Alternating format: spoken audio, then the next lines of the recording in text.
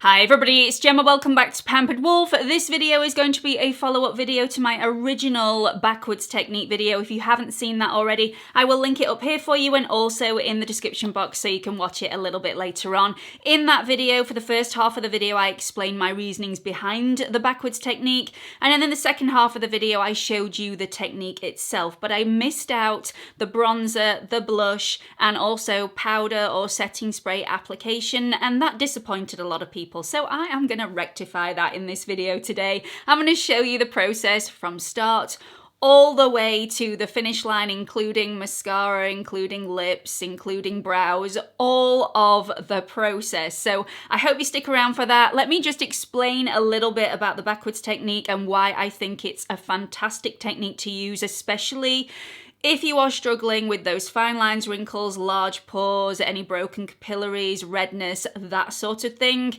I just feel like by doing things slightly backwards, you end up using less foundation on those problematic areas, which makes things a lot easier throughout the day because you're not going to get any foundation gathering in those fine lines and wrinkles. You're not going to get anything sitting in your pores.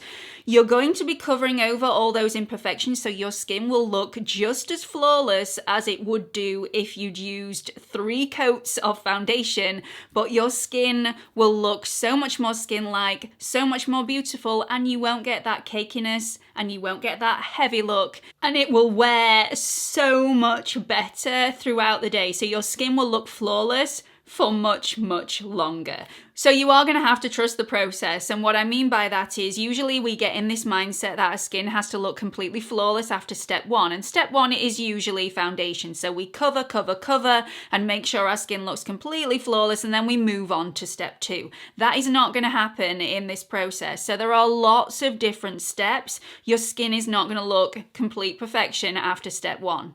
But trust the process. By the end of the full thing, your skin is going to look absolutely superb. But instead of making it flawless with one product, which can cause a lot of problems throughout the day, we're going to use 4 products and then add a little polish on top with those brows, mascara, lips, and so on. So let's get straight on with it. Trust in the process. Step 1, under eye concealer. So I always get one under eye circle that's worse than the other. I don't know about you, but you know, it's really annoying. So I am going to add a little bit of a colour corrector on this side just to make sure that that discoloration is covered over. There we go, and I'll let that dry down. I'm just going to apply a tiny bit on the other side, but very, very little. The colour corrector that I'm using is from Revolution, and it's their Revolution Conceal and Correct. This one is in the shade Peach, but it does come in lots of different shades depending on the tone of your skin and the depth of your under eye circles.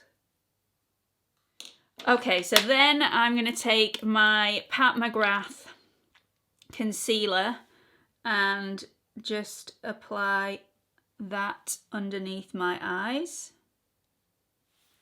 I'm using a little bit of L2, but also a little bit of L5 in here as well.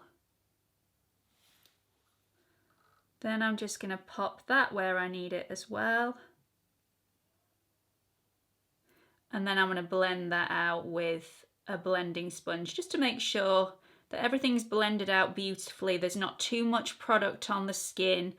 It's not going to go cakey. It's not going to settle anywhere. Not that this concealer generally does do that, but I want to make sure that I've not got too much on my skin.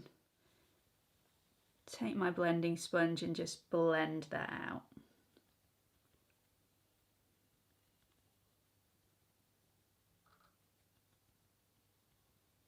So next step, once you've covered over your under eye circles, you move on to other imperfections on the face. So I have some discoloration on my eyelids. I'm just going to use L5 on my face. So I've got a little bit of discoloration on my eyelids. I have some broken capillaries around my nose. I have redness on my chin area, Also got a little bit of redness here. I've got a small blemish there, one in the centre of my forehead that I had months ago, and the redness will not go. I mean, the raised spot has gone, but the redness, it will not go. It's just tormenting me. So I also have a little bit of discoloration up here as well. Blemish there, blemish there, blemish there. Gosh, there's a lot of them today. I've chosen the right day to do this video. And then once again, take my brush and just blend everything out, and then go over the top of them with the blending sponge to make sure everything is blended beautifully into the natural skin around where we've popped the concealer.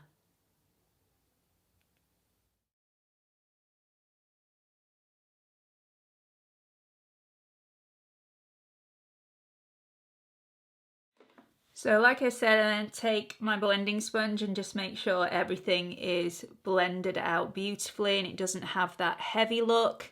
The reason I like concealer so much is I feel like concealer wears better than a foundation.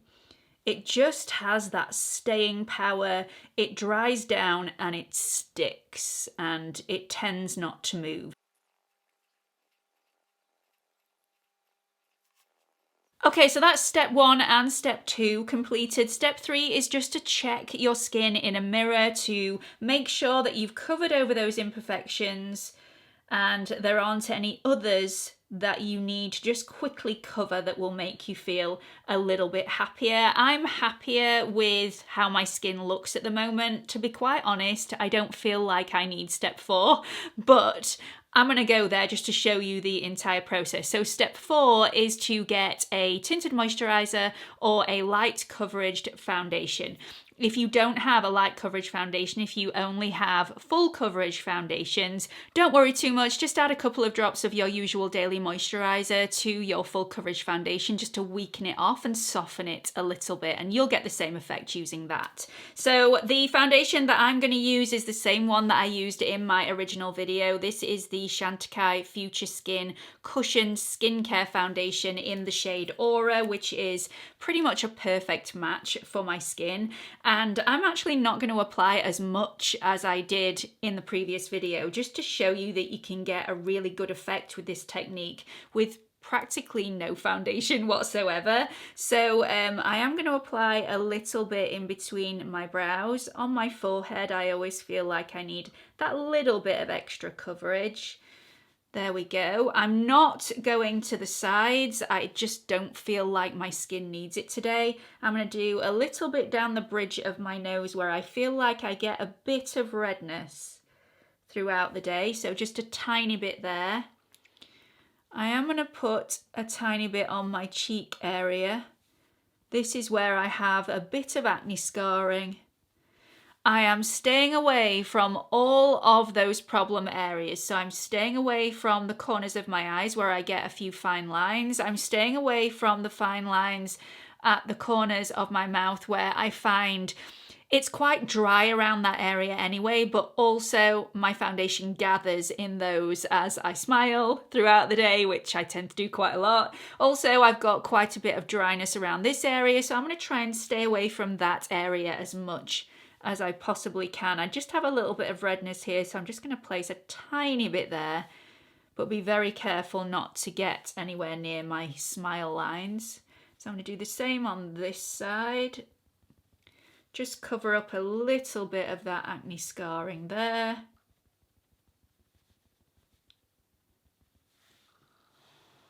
But then that's where I'm going to leave it. So I've hardly applied any of foundation, tinted moisturiser, any extra coverage in this area, knowing that I've got blush and bronzer coming up, which are going to add another level of coverage. So once again, it doesn't need to look absolutely flawless at this stage. We are going to add those extra products to not only add a bit of coverage, but we're also going to add those extra polish products on, which always makes everything seem a lot better. But before we do that, we're going to move on to step 5, which is to apply all of our other products. I'm going to start off with powder just to set all of this that we've just put on the face in place so it doesn't move throughout the day.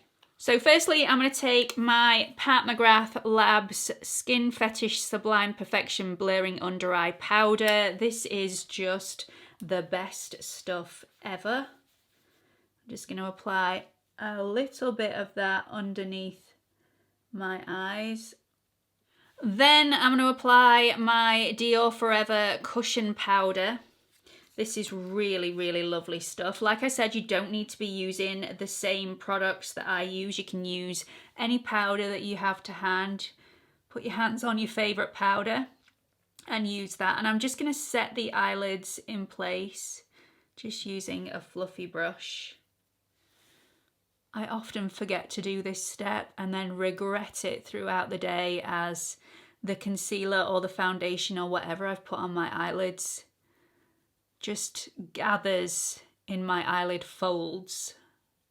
Then I'm going to take a brush and just powder my T-zone.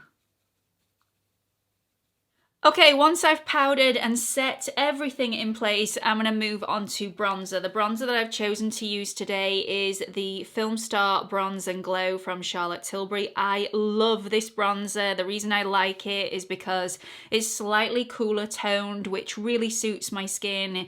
It definitely doesn't look orangey on my skin, and it's light enough for my fair complexion. So I can use quite a bit of this and it doesn't look over the top. So I'm just going to start by applying that around the perimeter of my face, just to add a little bit of definition and a bit of sun-kissed glow. Then I'm going to add a tiny bit underneath my cheekbones and just blend that upwards. I feel like I can do that with this bronzer because it's cool toned and not got that warmth to it. I feel like I can apply it as a slight contour shade as well. Usually if it was an orangier, is that a word? Bronzer, I wouldn't use it for this. I'd have to go for a contour palette instead. I'm going to put a tiny bit on my chin. And then I'm just going to dust a little bit around my jawline, just to make everything look a little bit tighter and more defined. So I'm not going to move on to blush just yet. I'm going to leave that till a little bit later on. I'm going to do my brows now just to add a bit of polish. So the brow products that I'm going to use, obviously I'm going to use my NYX Micro Brow Pencil in the shade Ash Brown. This is just the perfect shade for me and I really like the formula. I'm also going to be using the brand new Charlotte Tilbury Brow Fix, which I really, really like. I like all of the other new releases from Charlotte Tilbury for brows, but I find that they are all slightly warm toned, which really doesn't suit my complexion. So this is the clear brow gel and yeah, I really, really like it. So I'm just going to map out my brows to begin with and just do the perimeter as I always do. Then I'm going to fill them in, feather them out with the spoolie and then fix them in place with the Charlotte Tilbury Brow Fix.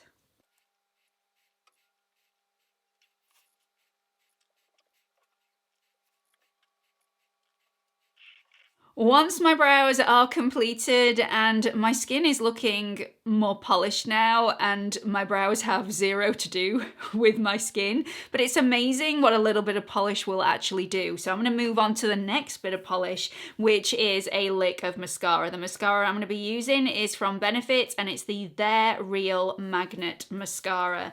I really like this. I don't think many people actually do like this, but I am one of the minority. I really like this mascara.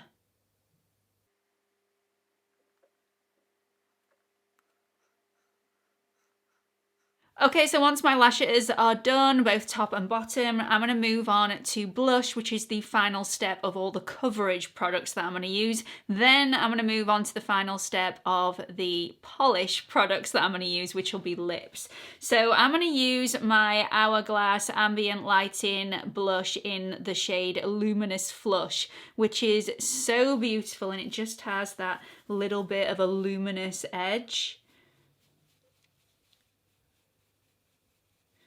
So up to the temples, around the corner to add that lifted effect.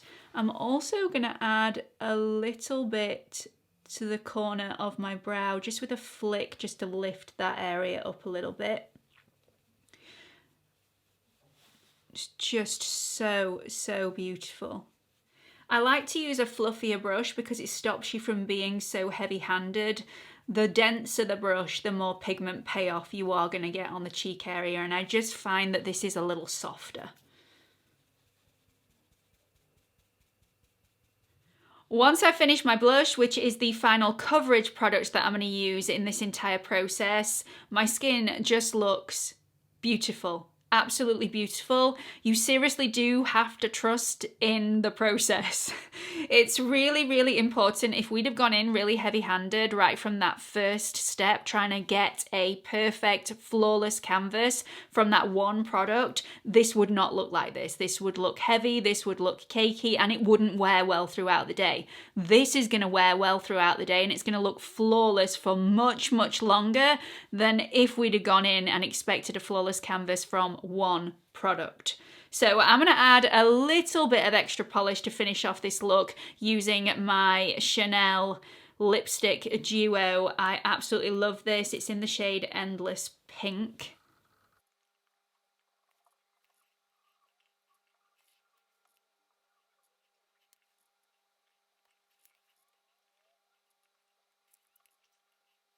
So that's it for this video. This is the final look, and I've got to say I absolutely love it. I think it looks really fresh, really natural, very clean cut, but also pretty flawless. What do you think?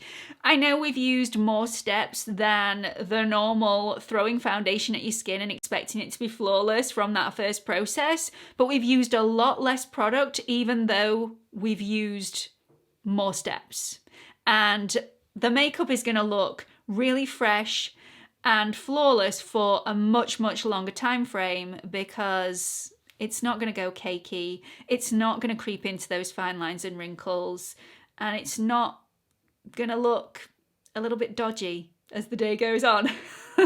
Have you tried this already at home after watching my first step? Is this the way that you've always done your makeup? Do let everybody know in the comment section, and I hope to see you all in the next one. Bye everyone.